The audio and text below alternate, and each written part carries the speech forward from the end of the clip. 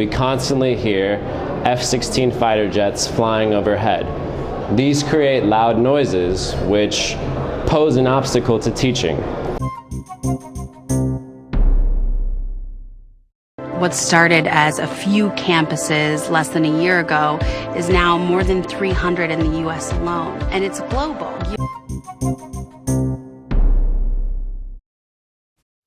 Hello, my name is Stanley Heller. Welcome to The Struggle. The Struggle is shown on 22 cable stations from Vermont to New York City, on the internet at thestruggle.org. Our YouTube channel, Struggle Video Media. The fury at the American Studies Association for supporting the academic boycott of Israel continues unabated. Some 190 university presidents have been recruited to complain about how the boycott would inconvenience Israeli academics. But what about Palestinians? We start the program with the teacher in the West Bank, Ryan Praetor, explaining the very elementary difficulties teachers and Palestinians are having right now under the occupation. Then to New Haven with a vigil by the Peace Council opposing a Connecticut senator's support for a bill that might mean war with Iran. We next move to videos from an international organization fighting for a livable climate, 350.org. That number wasn't picked out of a hat. It's a number derived from famed climate scientist James Hansen. He says it's the highest number of carbon dioxide molecules per million that's compatible with human civilization. Last year, we went over 400 parts per million. A few days ago, Hansen came out with his latest report saying that 2013 was the fourth hottest year in recorded history. And because of a coming El Nino, 2014 will likely be hotter. Our last piece is a talk by labor activist Sean Sweeny, speaking about the failure of green capitalism and their need for something quite different. We begin in Nablus with an interview filmed by Mustafa Azizi. Hi, my name is Ryan Praetor, and I'm a 27-year-old American who is teaching English on the occupied West Bank. There are certain problems when it comes to teaching English on the West Bank that you encounter because of the occupation. First and foremost, it's tough to get into the West Bank. When I came here, I flew to Amman, and I crossed Allenby Bridge to try to get into Palestine. When I told the authorities, the occupation authorities, that I was going to Nablus to teach English, they didn't want to let me in. I sat at the Allenby Bridge crossing for about 8 hours and faced multiple interrogations before they finally allowed me to come in. So it's hard to get a visa to come and work here. But once you get in, you also experience other problems when it comes to teaching specifically. Where I teach in Nablus is located right next to Mount Ebal, which is a mountain that on top of it houses an Israeli Air Force base. Now every day we constantly hear F-16 fighter jets flying overhead. These create loud noises which pose an obstacle to teaching. Now just on top of the jets flying over, we also have to deal with sonic booms and sound bombs deliberately created by the Israeli Air Force. Sometimes I'll be in class and our whole building will start to shake because the Israeli jets have created a sound bomb right over top of our school. This is a problem, but it's also a problem because it terrifies our children. It literally sounds like a bomb is going off right around you. On top of this, some days our children will come into class and they'll be extremely tired, and you'll ask them, "What's wrong? Why are you so tired? Are you okay?" And they'll explain to you that the night before, the Israeli army was at their house all night. The Israeli army in Nablus, they come in at 2 in the morning, 3 in the morning, and they randomly raid houses, okay? I'm not sure why. Most of the time it seems as if they're just trying to humiliate and disrespect the people who live here, because all of my students are just young, innocent children. Also, on top of that, we face structural problems with our buildings. Recently, we had a massive snowstorm in Nablus, and of course we were out of school because of this, because the roads were horrible. But on top of that, our building had leaks in it from all of the snow that sat on top of the roof. And this is a reflection of the dire economic situation that exists here on the West Bank. If it weren't for the illegal Israeli occupation, perhaps we would have better access to more building materials, and we would be able to have a better infrastructure here in Nablus. So these are some of the problems that you face directly teaching here in Nablus. Here's the latest Latouff cartoon reflecting about Palestinians in the refugee camp in Yarmouk, Syria, starving to death because of the siege by Assad forces, some of whom are Palestinians themselves. Listen to our podcast by Nidal Batari for details. The interim Iran-U.S. agreement is in place. Iran has stopped enriching its uranium past 5%. But the Israeli government hates any agreement with Iran. And it's pushing its many supporters in the U.S. Senate to pass a bill that would put new sanctions on Iran. If that goes through, that'll probably end hopes for any agreement between the U.S. and Iran. In New Haven, this led to a demonstration.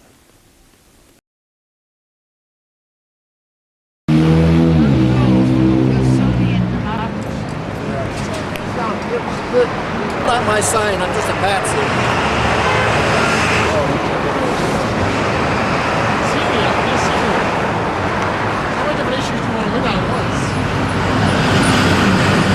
I want to get Israel and the U.S. to take their missiles and warheads out of the Middle East.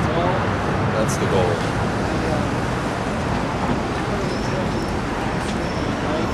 But I'll put this away.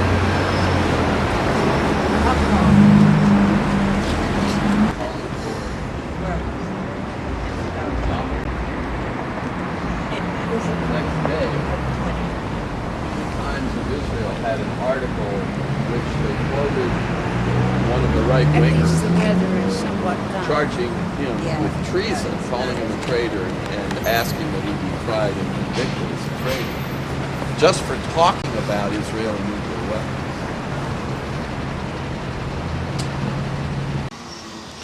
Henry, what big point are you making with this demonstration today?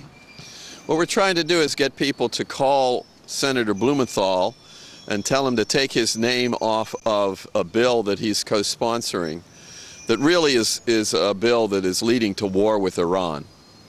After 34 years, the United States is finally having diplomatic discussions with Iran, and those discussions, we hope, will lead to an agreement between the United States and Iran that will reduce the tensions that have existed over the last very many years. And Senator Blumenthal has put his name, along with 58 other senators, both Democrats and Republicans, on a bill that would create more sanctions on Iran, even while the U.S. is talking with Iran. And so the president, and I think this is the right thing to do, the president is negotiating with Iran around Iran's nuclear program and around the sanctions that the U.S. has instituted on Iran that are very devastating, and those negotiations are moving forward. This is a peaceful way to deal with the dispute between the United States and Iran.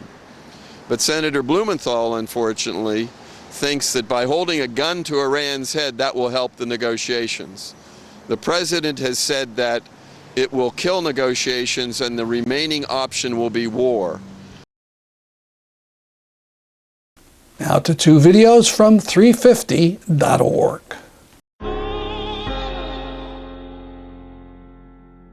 For years, we've been told that climate change is this huge problem with a simple solution: change your light bulbs, drive less.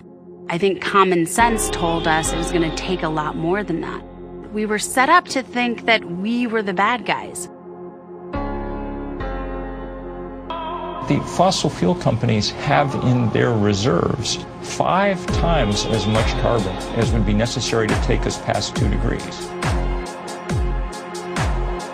If they carry out their business plan, the planet tanks. We know who the villain is, and we know what they care about, their money and their reputation. So if we're going to win, that's what we're going after.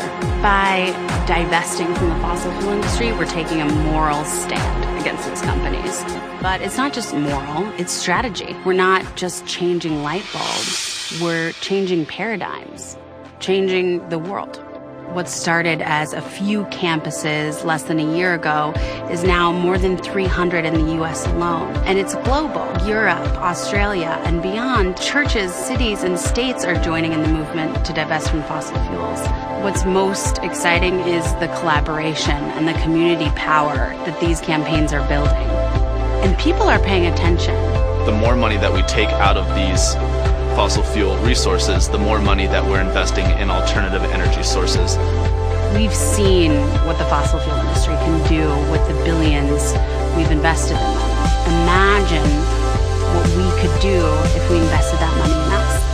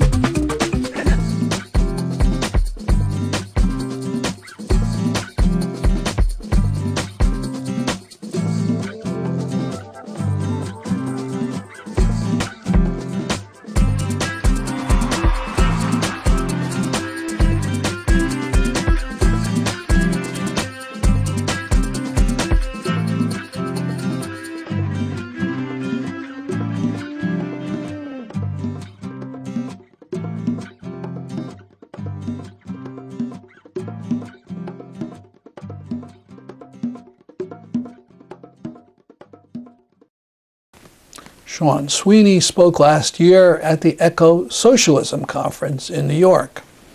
He's the director of Cornell's Global Labor Institute.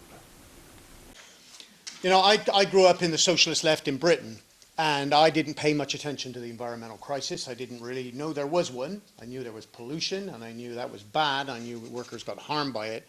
But like most people of my age, we grow up not really aware of ecological degradation, the kind of ecological degradation that is now accelerating on the planet in the form of climate change and other problems. I took the view that there were crisis tendencies in capitalism, and that sooner or later, if we organized right, workers would get it, and we would have a global movement, and we would bring about a democratic socialist system. That's what I thought was going to happen. That's what I still hope is going to happen. But one of the clearest things that I think personally I've learned, and suspect other people in this room have learned, is that the true crisis tendency in capitalism is ecological. It is the collapse of the world's ecosystems, driven by growth, accumulation, and profit. And unless that is intercepted and reversed in a democratic way, involving everybody, involving all people, then we are facing the biggest crisis human civilization has ever faced. You've probably heard 25 people say that already today, but I want to let you know that that's where I come from too. Now, on the labor climate stuff, I've observed 3 phases in this. and I want to try to summarize them if I can. First of all, others have talked about the divisions between jobs and the environment. A lot of union people felt environmentalists were tree huggers. I don't think that requires much more of an elaboration. What is worth focusing in on, though, is that the left of the labour movement also took a view was rather disparaging of the environmental movement. And so criticism of unions, left and right, I think is legitimate on a certain level, that hindsight is always 20/20. But I think we also have to have a lot of criticism for the environmental movement also, particularly in the US. The mainstream environmental groups are completely uncritical of the capitalist system, except that they want, obviously, a greener, friendlier, more humane capitalism, but they do not challenge the fundamentals of profit, growth, and accumulation, for the most part. That's changing to some extent with the climate justice and more left environmental organizations where there's more of a rich debate. But we have a problem with the big greens and the mainstream environmental groups, not just with the labor movement. So in my view, both have to shift. Now, we did see them shift about 7 or 8 years ago with the Apollo Alliance. Some of you may know about that. You've probably heard also of the Blue-Green Alliance. This was basically a coming together of two movements that were in a tailspin, in decline. The labor movement hasn't won a decent reform in 35 years. The environmental movement, similarly, has not won a major reform, probably, correct me if I'm wrong, since the Clean Air Act. They haven't won very much. Small gains here and there. The system, meanwhile, carries on towards Armageddon. I don't want to sound like a, the final days kind of person, but going in that direction. And both movements have not been able to deal with it adequately. And so when the blue-green narrative came out of a position of weakness of both movements, believing, though, that the theories of ecological modernization, that we can save capitalism and at the same time keep growth and create jobs and have a more humane, fair system. That was the basic narrative that informed that movement. So the unions, like the steelworkers, a bunch of other unions, the SEIU, the Sierra Club joined with them, and a bunch of others. That's the Blue-Green Alliance. I think what we're facing now is the exhaustion of that narrative. It's not happening immediately. It's not going to exhaust on its own. We have to struggle with it. But the facts are indisputably on our side right now. The institutions are not. The money is not. Perhaps the skills base is not for the most part, but we're accumulating what we need to do to accelerate the final end of that narrative. And I think this requires just a little bit more focus. If we look at it globally, the trade unions, I've been working in unions in the international area for quite a few years. What we saw around about 2005, 2006, 2007 was with the Intergovernmental Panel on Climate Change report, with the Al Gore movie, there was unions and environmentalists understood that there was opportunities to rebuild their own movements. Then what happened is the United Nations Environment Programme suddenly got a lease of life and decided that it was going to present what they called the Green New Deal. It was not the Green New Deal of the Green Party, I hasten to add, not the Green New Deal of quite a number of other organizations would support, but it's basically a transition to a form of green capitalism which requires, first and foremost, the commodification of nature, to put a price on nature. And you know the theory. I don't think anybody here is unfamiliar with it, but I'll repeat it just in case. That is, if anything is free, it's going to be abused. So therefore, if you put a price on it, it will be valued. That's the simple message of the green capitalists, the theorists of Amory Lovins and people like that.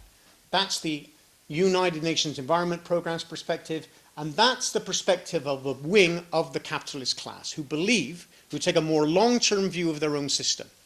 I was in a meeting about 6 years ago at Columbia with Jeffrey Sachs, and he stood up and he said, capitalism will not survive another 20 years unless we can move towards sustainable forms of business. And that was his message. He sent out a message to the Walmarts of the world and all the other corporations who were in the room. I gate crashed, pretending I was somebody else, saying that the system is at a crossroads and it needed to go in a certain direction.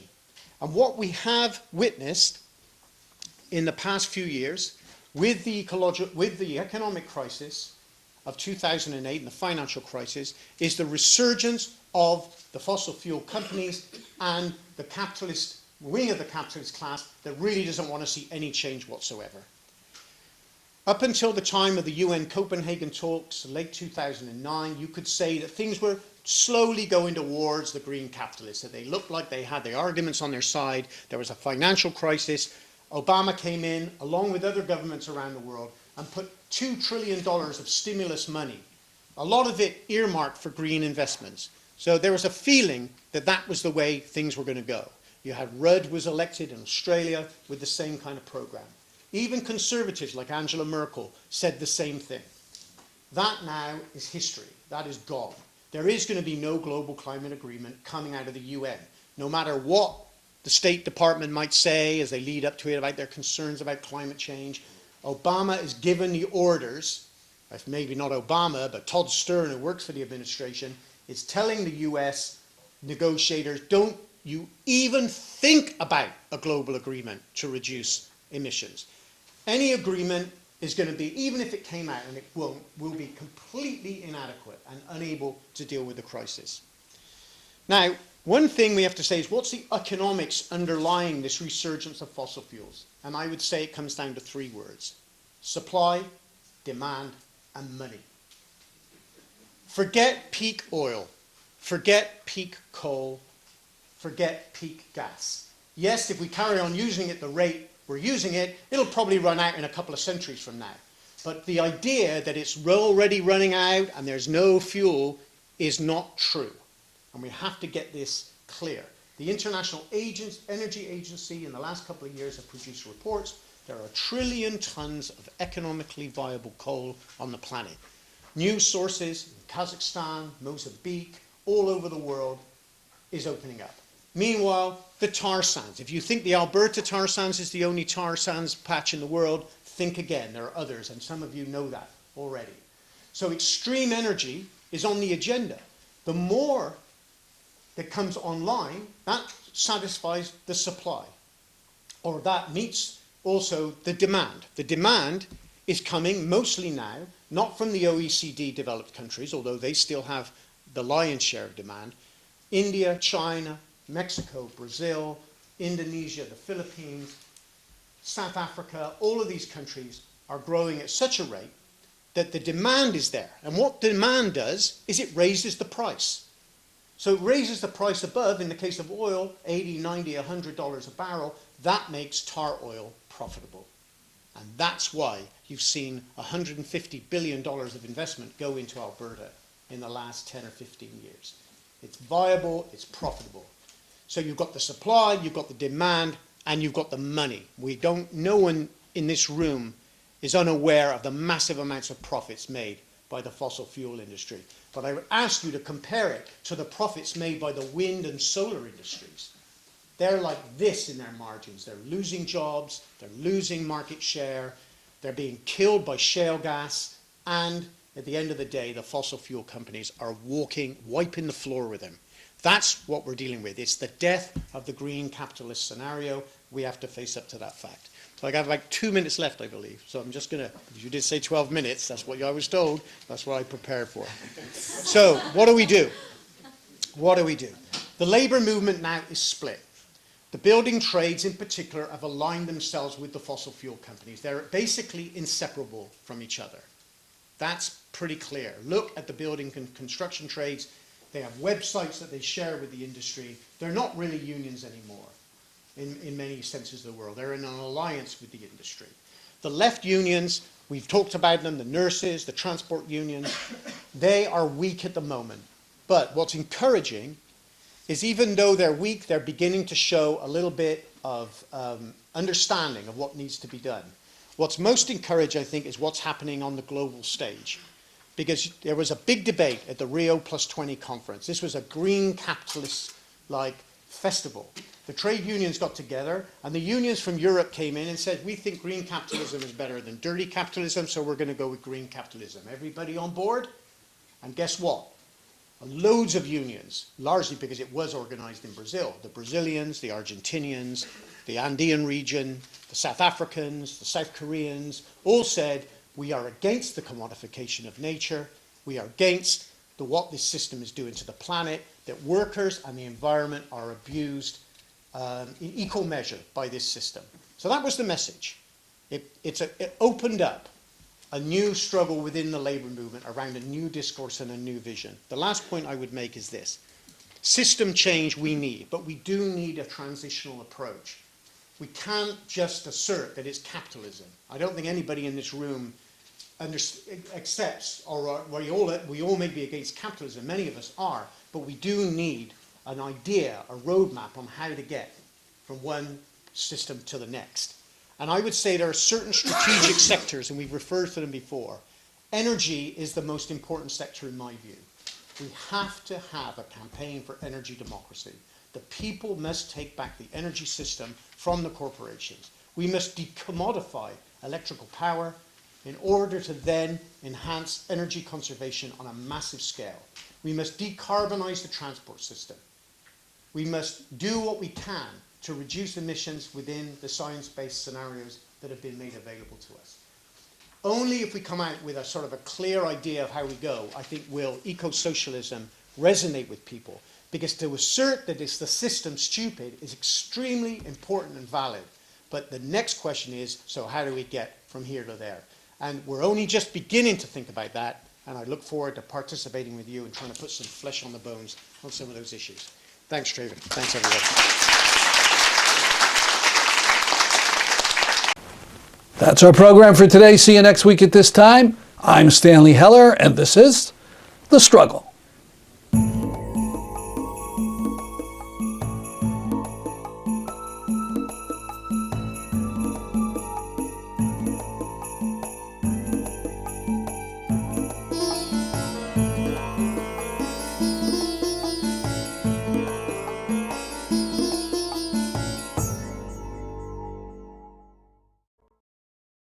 When the world has gone crazy and it's all becoming clear, when they're gunning down our comrades and it seems the end is near, as they're loading up the launchers for the tear gas grenades, we can take off our bandanas and kiss behind the barricades. When it's madness all around and you can see this at a glance, we will sing and we